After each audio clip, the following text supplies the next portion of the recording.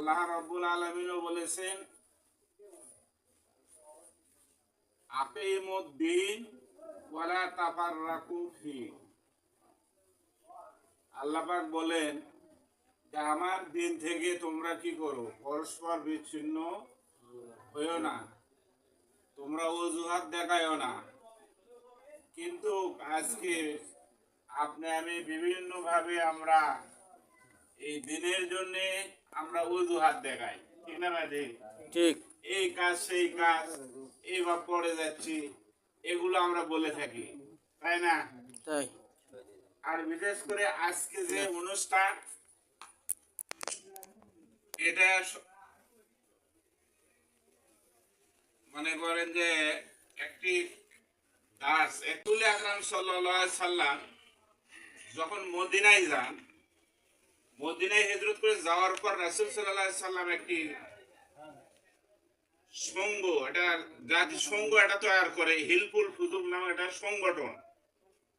তো রাসূল আকরাম সাল্লাল্লাহু আলাইহি সাল্লাম এই সংগঠন কিন্তু উনি একা চালান নাই, কারণ অনেক সাহাবা তারা কিন্তু রাসূলের সঙ্গে ছিলেন এবং সহজে করেছে সার্বিক অবস্থায়।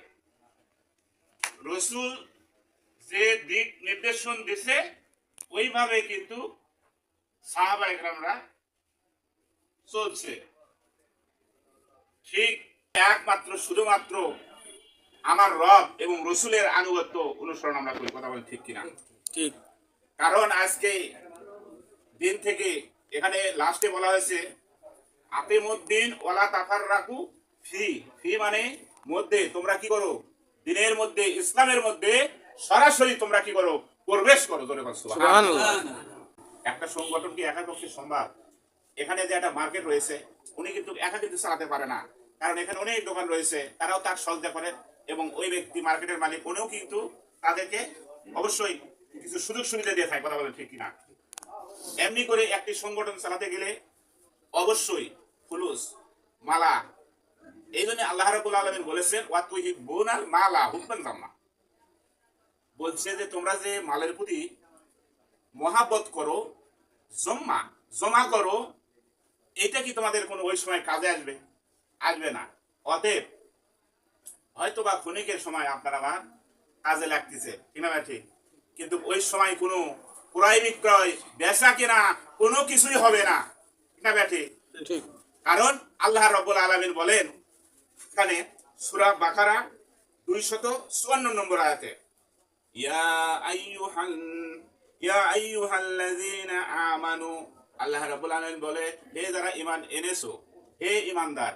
কারণ ইয়া আইয়ুহাল্লাযীনা আমানু, আমানু ঈমানদার বলে আল্লাহ পাক কোরআনুল কারীমের মধ্যে অসংখ্যবার আল্লাহ রাব্বুল আলামিন বলেছেন যে যারা ঈমান এনেছো তারা কি করবা, আনফিকু মিম্মা রাযাকনাহুম, আমি তো তোমাদেরকে রিজিক দিই, চাকরি ব্যবসা বাণিজ্য এর থেকে দিই না, কৃষি ক্ষেত্র থেকে শুরু করে দেই না।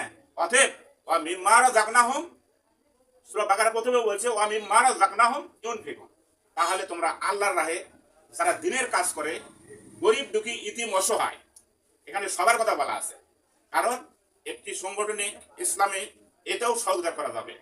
তো অবশ্যই আপনি আমি যে রুজি রোজগার আমরা করি বা চাষাবাদ করি, কৃষিক্ষেত করি, এখান থেকে আল্লাহ বলছে যে তোমরা কেমন মোত্তাকি, কেমন পরেজগার, তোমরা একটু দান করো, ইউনফিকুন, তোমরা একটু দান করো।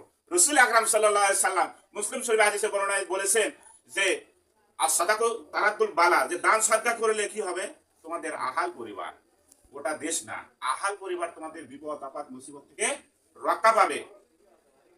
কারণ এই হাদিসের আবার বর্ণনা দিতে গেলে আরো সময়ের প্রয়োজন, আমি সংক্ষিপ্ত ভাবে বলি।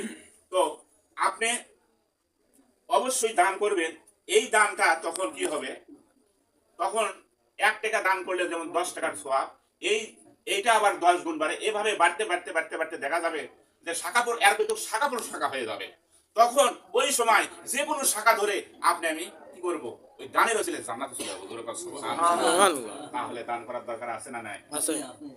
তাই দিনের জন্য, ইসলামের জন্য, কারণ অবশ্যই আপনার আমার কি করতে হবে, ব্যয় করতে হবে আল্লাহর রাস্তায়, লিল্লাহ, একবারে আল্লাহর রাস্তায় অবশ্যই আপনার আমার ব্যয় করতে হবে। তাই আসুন সবাইকে কারণ আর কিছু পথ গেলেই মিলবে। কারণ এটা আমি যদি কবিতা যদি বলতে চাই তাও সময় লাগবে। তো আর কিছু দূর পথ গেলেই আমাদের মিলবে। সামনে ইনশাল্লাহ আমাদের কোরআনের বিজয় ইনশাল্লাহ আসতেছে। সুবহানাল্লাহ।